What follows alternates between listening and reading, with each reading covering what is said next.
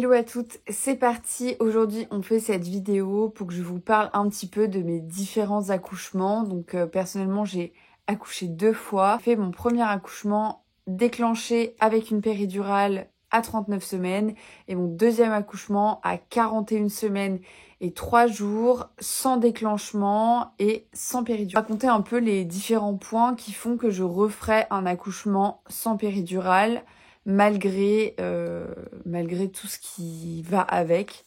Parce que forcément, qui dit accouchement sans péridurale dit, je dirais pas douleur, mais je dirais quand même forte sensation. Voilà, on va dire ça comme ça. Donc c'est parti, on se retrouve en 2020 lorsque je tombe enceinte de mon premier garçon. C'est une grossesse qui s'est super bien passée, où je me sentais vraiment en phase avec cette grossesse qu'on a attendue pendant 9 mois. Donc au bout de 9 mois d'essai, je suis tombée enceinte et du coup, voilà. Une grossesse qui s'est très bien passée, un bébé qui était dit macrosome, donc voilà, je vous dirai un peu plus tard ce qu'il en est par rapport à ça. Mais dès le départ, on m'a parlé de déclenchement parce que mon fils était largement au-dessus des courbes, qu'il explosait les courbes, etc. Voilà, moi après, faisant quand même 1m77 et mon mari plus d'1m80, je me doutais bien que j'allais pas faire un petit bébé. Voilà, j'ai arrêté le café pendant ma grossesse parce que j'avais entendu que ça pouvait jouer sur le poids, etc. Donc j'ai pas bu de café de toute la grossesse. Et voilà. Après, c'était un beau bébé en effet. Et arrivé à la fin de la grossesse, moi, j'avais dit au gynéco que je voulais bien être déclenchée parce qu'en fait, en tant que nouvelle maman, j'avais tellement hâte de rencontrer mon bébé que je me suis dit, allez, voilà. Puis il faut savoir que j'avais que 23 ans. J'étais quand même novice dans la parentalité parce que je connaissais déjà l'éducation, l'accompagnement des enfants, etc. parce que je m'occupais de beaucoup d'enfants avant d'être maman. J'étais au pair aux États-Unis, j'ai accompagné plein de familles, etc. Donc l'éducation, c'était mon côté, mais la parentalité, c'était encore un autre côté. Et je savais pas trop à quoi m'attendre. Donc là, pour le coup, j'ai accepté ce déclenchement. Donc, qui était un déclenchement je sais plus, ah oui, par tampon Propès, il me semble. Voilà, et du coup, on a eu rendez-vous. Enfin voilà, c'est pas comme dans les films où on perd les os et on court à la maternité. Là, pour le coup, c'était vraiment un rendez-vous à 9h. Donc, la veille de la naissance de mon fils. Et du coup, on est arrivé, ça s'est très bien passé. On était déjà fatigués parce que toute la nuit, on avait cogité en se disant on va être parents là dans quelques heures. Enfin voilà, même si on avait eu 9 mois pour se le dire. J'étais à pile 39 semaines. J'ai été accompagnée par une première sage-femme et puis une autre qui est restée du coup jusqu'à la fin, jusqu'à mon accouchement. Ça s'est plutôt bien passé, j'avais très très mal. En fait, le problème avec le déclenchement, c'est que, surtout pour ce type de raison, enfin c'est mon avis, là je suis là vraiment pour vous parler de mon expérience, c'est qu'en fait la douleur n'a pas le temps d'être échelonnée. En fait on a tout de suite très mal et du coup c'est ça qui est difficile, voilà. Le corps n'a pas décidé d'accoucher, on le déclenche, ok. Bon après, avec le recul, bien sûr que j'accepterai pas ce déclenchement parce que je me rends compte que c'était pas du tout le moment et que j'ai eu beaucoup de chance que ça se termine bien, clairement, parce que je sais que parfois, dans certains cas d'accouchement avec péri, ça se passe pas bien.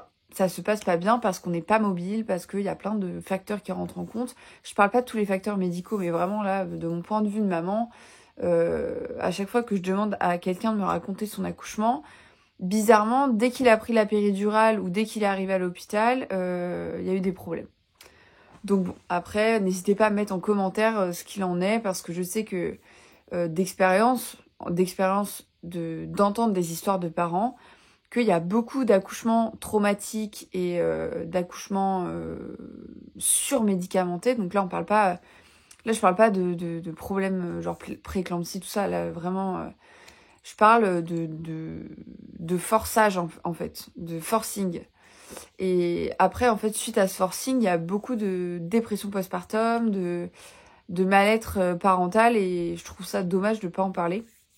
Et donc, si jamais vous avez des expériences, vous, de vos accouchements qui se sont pas bien passés et que effectivement ça a eu des effets sur votre parentalité, votre attachement avec votre enfant, Moi, je pense intimement que c'est lié, mais je n'ai pas vécu d'accouchement traumatique, même si le déclenchement peut être vécu comme un traumatisme, même s'il se termine bien.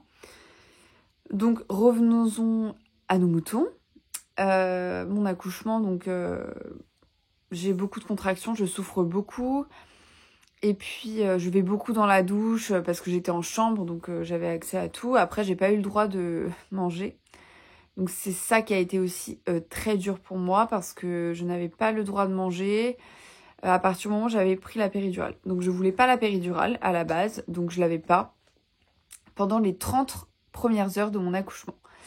Donc je ne sais plus si j'ai eu le droit de manger. Oui, j'ai eu le droit de manger, c'était un soir où il y avait koh-lanta, c'était un vendredi. J'ai eu le droit de manger, mais clairement je souffrais tellement avec le tampon que c'était très très dur. Et surtout, en fait, je demandais des touchés vaginaux en permanence pour savoir où est-ce que j'en étais dans l'accouchement. Zéro. Zéro en permanence. C'est-à-dire que pendant 30 heures, on m'a dit vous êtes à zéro. Donc moi, je me dis ok, super, on va partir en césarienne, ça va être... Enfin, voilà. Ça ne s'ouvrait pas. Pourquoi? Et maintenant, je le sais avec le recul, parce que c'était pas le moment, parce que j'étais trop stressée, parce que je n'arrivais absolument pas à me détendre au niveau de la douleur et des contractions. Et en plus de ça, bah, c'était pas le moment, quoi. Donc, clairement, voilà. Ensuite, je perds les os. Et là, clairement, la décadence, après 30 heures de contraction sans avoir dormi, je demande la péridurale, parce qu'il faut savoir qu'au moment où on perd les os, les contractions, c'est plus les mêmes. Donc, voilà. Et ça m'a vraiment marqué parce que ça m'a choqué, enfin pas choqué, mais je me dis ok, là ça y est, là on y est, là les douleurs, là ça n'a rien à voir. Donc voilà, je perds le tampon, je perds les os et je demande la péridurale right now. J'ai dit je veux maintenant la péridurale. Donc il me pose la péri, super, top et tout. Moi j'appuie sur la dosette, je n'en pouvais plus de douleur. J'étais avec une sage-femme impossible. Elle était pas gentille, franchement. Voilà, après, bon, je sais pas... Enfin, si je sais, parce que je l'ai eu de nouveau pour mon deuxième accouchement, donc c'était pas un mauvais jour, c'était vraiment son caractère. Mais voilà, donc clairement, ça n'aide pas. Quand on a un personnel en face qui ne soutient pas notre projet, qui nous dénigre de notre âge et qui nous dit « Mais madame, c'est pas possible que vous fassiez un bébé de plus de 4 kilos, vu comment vous êtes menue. » Ok, merci madame. Voilà, donc clairement, là tu sens qu'il n'y a pas le feeling. Franchement, ça le fait pas. Et du coup, j'étais toujours à zéro. Donc moi, dans ma tête, je me dis, bon, voilà, heureusement que mon fils a bien supporté les contractions induites, franchement. De redire cette phrase, je me dis, mais pourquoi j'ai accepté ce déclenchement, clairement. Et puis finalement, je sens la tête arriver. Elle me dit, mais non, je viens de contrôler, il n'y a pas la tête, machin. Je lui dis, si, il y a la tête, mon bébé est en train de sortir. Elle ne me croyait pas. Voilà. Et mon bébé était bel et bien en train de sortir. Donc je pousse, mon fils naît, etc. Donc pas de problème. J'ai une toute petite épisio, pas déchirure, une toute petite épisio de 1 point. Donc voilà, aussi vite remise que... Voilà, peu importe.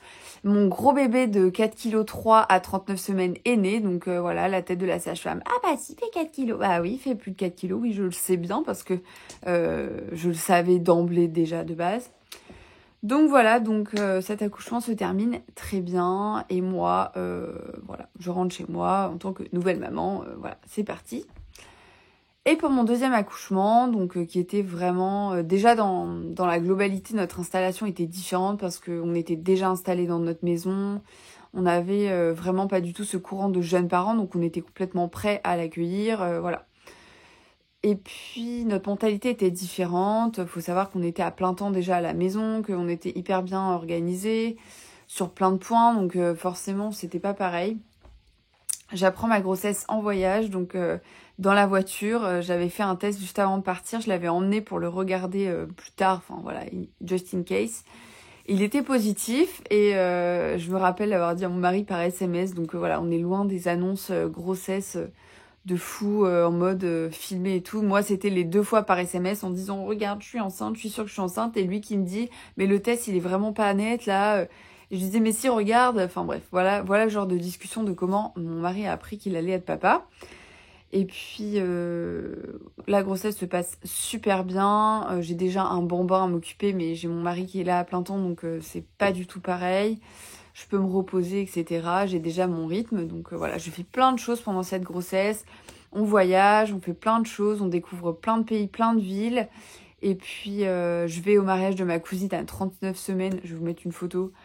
Vraiment, voilà, j'étais énorme et tout le monde me disait, mais t'accouches quand? Je disais, ah bah là, j'étais à 3 heures de route de chez moi, donc sans mon mari, sans personne. Voilà, c'était un peu mon petit défi en mode, une fois que ça s'est passé, voilà. On s'est également mariés quand j'étais à 38 semaines de grossesse, donc forcément, pareil, les photos. Donc j'étais un peu boudinée, je vous le dis, mais je suis super contente qu'on ait fait ça parce que c'est quand même un trop bon souvenir. Et on aurait pu tout annuler à la dernière minute si j'étais partie accoucher, mais ça n'est pas arrivé.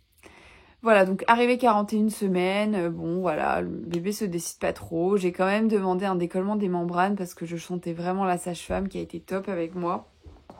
Et, euh, et voilà, le lendemain, même pas du décollement, le soir même, j'arrive à la maternité. Donc, et là, je revois la sage-femme qui était là pour mon premier, donc celle avec qui ça accrochait pas du tout. Et je dis à mon mari, tu vois, bingo, j'en avais parlé d'elle pendant, ça faisait 2 ans et demi que je parlais d'elle. Donc forcément, je l'avais pas oubliée. Je le regarde, je dis, ok, c'est elle, super. Là, je regarde l'heure, je vois 6 heures du mat. Donc je me dis, cool, elle s'en va dans 1 heure. Voilà, donc sa nonchalance est partie avec elle. Je suis vraiment désolée. Voilà, je sais que j'ai pas toujours... Mais bon, quand tu fais ce métier, je pense que tu dois quand même avoir un côté humain. Surtout que moi, je suis vraiment pas embêtante, je suis pas agressive, je suis pas... Enfin, j'étais pas angoissée. J'étais vraiment juste là, bon bah voilà, je viens accoucher, quoi, normal. Pas exigeante, mais vraiment, mais pas du tout. Juste en tant que maman qui va accoucher, j'ai besoin d'être rassurée, je pense que c'est normal. Mais rien qu'en 1 heure de temps, je me suis dit, elle, non merci. Et là, l'autre sage-femme arrive, donc elle prend sa garde à 7 heures et c'était celle qui m'avait fait le décollement la veille.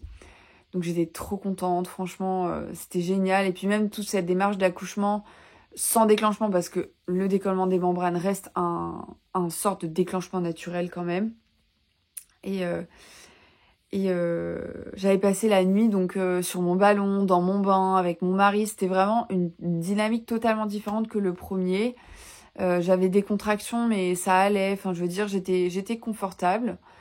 Et voilà, donc ma maman est venue prendre notre grand chez nous. Enfin, elle est restée chez nous parce qu'on voulait pas qu'il sorte de la maison, qu'il aille dormir je ne sais où. Donc voilà, il était à la maison, super. Surtout qu'on est parti à 7 heures le matin, enfin à 6 heures. Donc en fait, il a passé toute la journée juste sans nous et puis il a pas vu ça passer. Donc c'était top. Voilà, donc j'arrive à la maternité, je prends mon petit déj là-bas, je fais tout, je marche, je me repose, je déjeune, donc les contractions avancées, j'étais à 3 centimètres. Je prends des bains, je suis en salle nature, vraiment le top. J'ai mon repas du midi, donc j'étais ouverte à 4, j'avais mon repas du midi, donc c'était un cassoulet énorme, j'ai tout mangé, j'ai même pris un plateau pour mon mari, je l'ai mangé. Vraiment, j'ai pris toutes mes forces en fait pour pouvoir accoucher, j'ai bu tout ce que vous voulez. Voilà, j'ai pu aller mettre ma perf quand je voulais. Elle m'a dit, écoute, quand tu sens que ça augmente, tu viens, mets la perf et tout. Donc moi, je lui avais dit dès le départ, je veux pas de péri. Et voilà, ça va bien se passer. Il faut savoir que c'était aussi un bébé macrosome aussi à la base et que j'avais refusé le déclenchement. Mais ça avait été très bien accueilli. Il m'avait dit, bon, bah écoutez, c'est pas primordial, votre bébé, il est pas, voilà, il a pas pété les courbes, c'est que des estimations, donc pas de problème. Et, euh, et voilà, donc après, la journée passe. Je demande à percer la pose des os parce que ça n'avançait pas et que j'étais très fatiguée. Voilà, donc je pense... Quoi?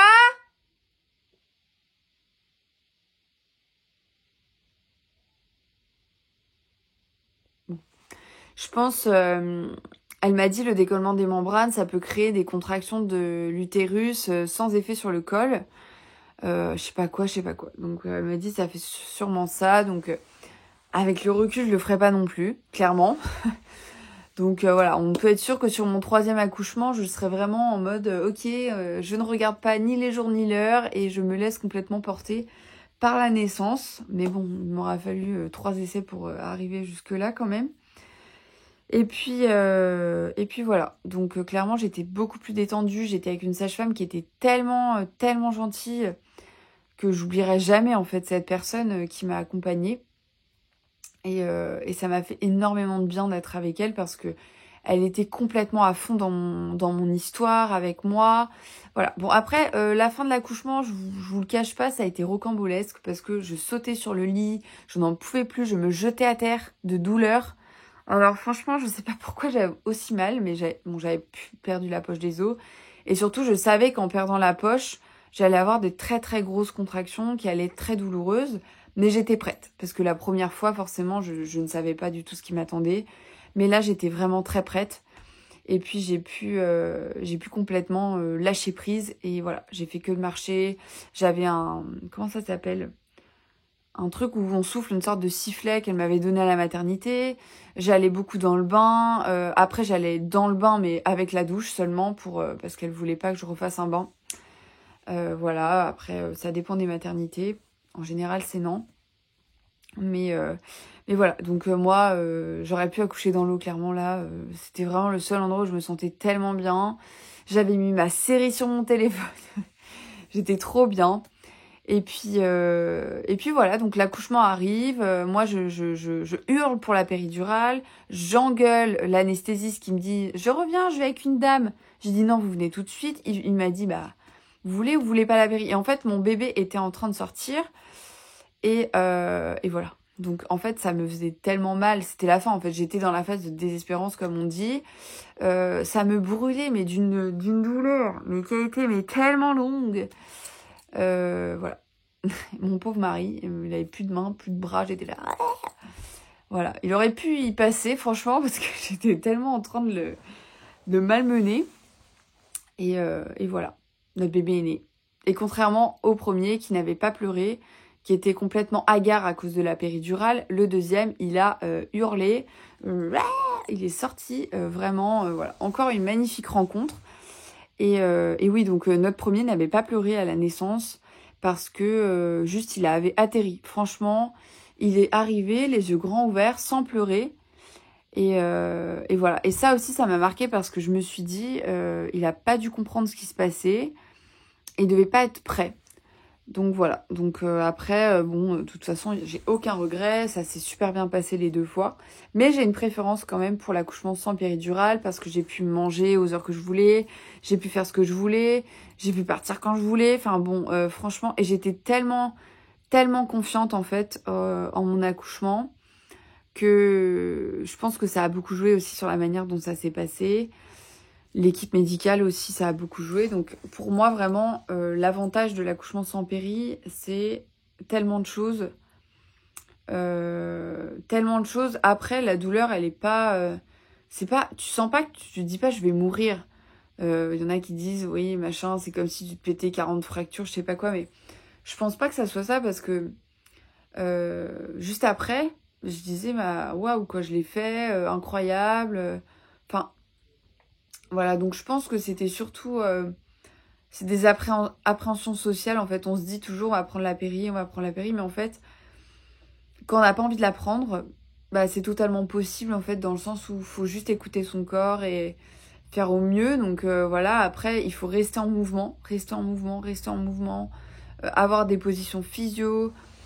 Voilà, moi je sais que j'étais à 4 pattes sur le lit d'hôpital, quoi. Clairement, voilà, j'étais loin des accouchements classiques.